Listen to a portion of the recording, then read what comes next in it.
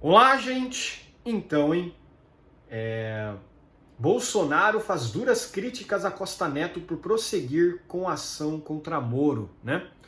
Isso também eu acho um absurdo, porque o Moro, ele não é perfeito, de fato. O Moro, ele deu uma apunhalada em Bolsonaro num momento mais difícil, né, do seu governo, quando a pandemia ela surgiu, né? Quando esse momento surgiu, muito se falava em união dentro do governo, e acabou que o Moro ele largou o Bolsonaro e ainda lançou uma bomba falando que o Bolsonaro era isso, que o Bolsonaro era aquilo, falava que o Bolsonaro estava interferindo nas decisões da Polícia Federal, não sei o que, não sei o que lá. E depois ele viu que ele não conseguiu ter o apoio que ele desejava, e aí ele voltou para o Bolsonaro. Mas enfim, nas eleições de 2022, ele de fato, a gente não pode deixar de comentar, mas ele realmente ajudou, né, o Bolsonaro. Ele se empenhou para tentar fazer o Bolsonaro ser eleito, né, ser reeleito, né. Não conseguiu, mas ele ganhou a vaga de senador, e foi uma vaga justa, né? Uma vaga que ele ganhou como senador do estado do Paraná, foi o mais bem votado, e não tem muito o que se falar, né? O segundo colocado, inclusive, nessa disputa foi até um candidato mais à direita ainda, né? Foi um cara que era do PL mesmo, né? Esse é o único motivo que a gente pode dizer que é um motivo que dá para compreender o fato do Costa Neto continuar com essa ação, prosseguir com essa ação contra Moro. Mas ainda assim é absurdo total, né? Porque, querendo ou não, o Moro foi um aliado, né? Então, para o Senado no Paraná, o Bolsonaro ele tinha dois aliados, né? Tanto o Moro quanto um outro candidato que eu me esqueci o nome, né? Mas enfim, durante uma reunião com aliados na sede do PL em Brasília, na terça-feira, Bolsonaro fez duras críticas a Valdemar e questionou a justificativa dada pelo líder do partido para manter a ação. O ex-presidente Bolsonaro reagiu com veemência nas últimas horas à decisão do presidente do PL, Valdemar Costa Neto, de prosseguir com a ação que pode resultar na cassação do mandato de Sérgio Moro no Senado. Lembrando que ele basicamente foi absolvido, né, com certa unanimidade.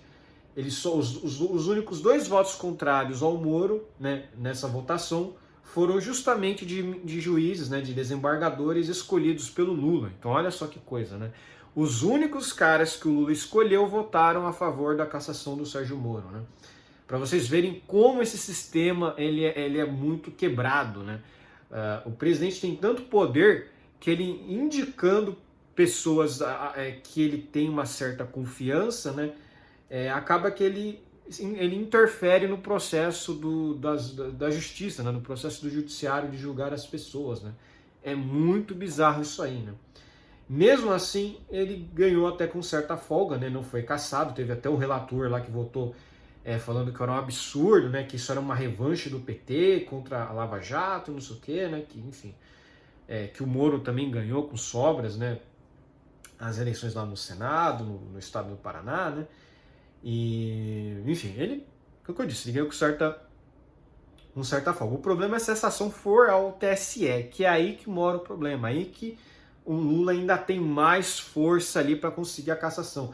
E o grande problema de tudo, na verdade, é que o TSE vai julgar também o Jorge Saif. Então, dois senadores do Sul, né, da região Sul, dois senadores da região Sul, mais a direita podem cair, né? E o grande problema de tudo é eles fazerem uma manobra lá, e no estado do Paraná são convocadas novas eleições, mas no estado de Santa Catarina não. Aí bota o cara lá menos à direita, o cara mais de centro, entra lá o segundo colocado. Eles podem querer fazer isso, armar esse golpe, né? Isso aí seria um golpe de verdade, né? Mas é muito bem provável, sim, o Jorge Saif ser cassado no TSE, viu? Eu tenho esse receio, né? Porque a esquerda quer de todas as formas minar o apoio da direita ali no parlamento, né? Até para o Lula conseguir aprovar mais projetos de lei com certa facilidade, né? Então, olha lá. Durante uma reunião com aliados na sede do PL em Brasília, na terça-feira, em Brasília, terça-feira, Bolsonaro fez duras críticas a Valdemar e questionou a justificativa dada pelo líder do partido para manter a ação. Em entrevista ao jornal O Globo, o presidente do PL afirmou que decidiu continuar com a ação contra o ex-juiz da Lava Jato porque, caso desistisse, teria que pagar uma multa de mais de R$ 1 milhão teria que pagar uma multa de mais de R$ 1 milhão aos advogados contratados pelo partido para o caso. Meio uma justificativa boa, né? Porque ele contratou os caras para início de conversa, né? Agora, pô, o caso já foi julgado, né?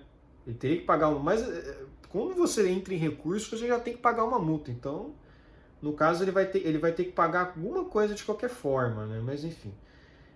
Mas ele não quer ter que pagar essa multa de R$ 1 milhão aos advogados, né?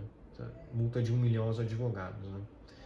Então lá, na semana passada, o TRE do Paraná absolveu Moro em uma ação movida pelo PL e pelo PT, que pediu a cassação do mandato do ex-juiz no Senado por suposto abuso de poder econômico nas eleições de 2022. Isso que é o mais impressionante, né? O PT e o PL juntos aí pela cassação do Moro, né? Enfim.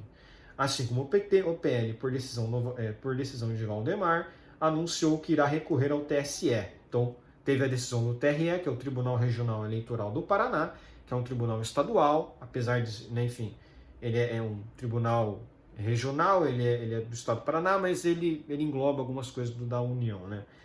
Então, mas agora todos, assim como o PT e o PL, eles anunciaram que irão recorrer ao TSE.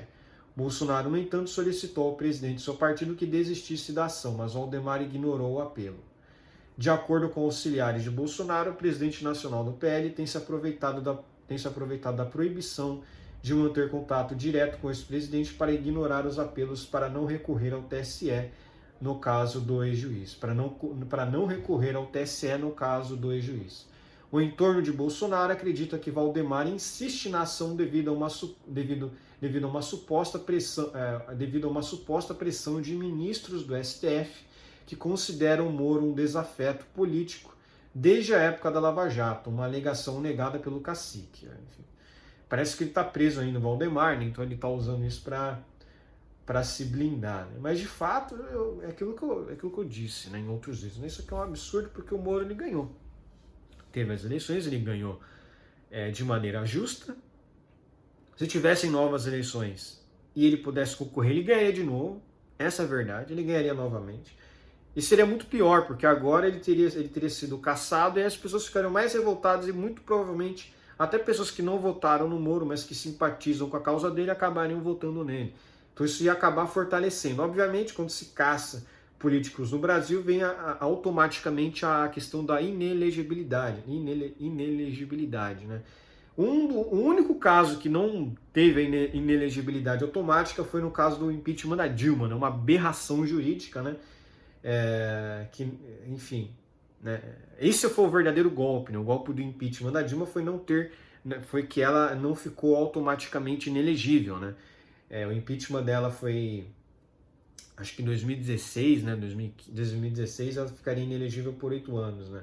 Ela não poderia basicamente ter concorrido a um monte de cargos aí. Eu acho que ela nem poderia ficar próximo ao governo sendo inelegível, né? Mas enfim, essa questão, né?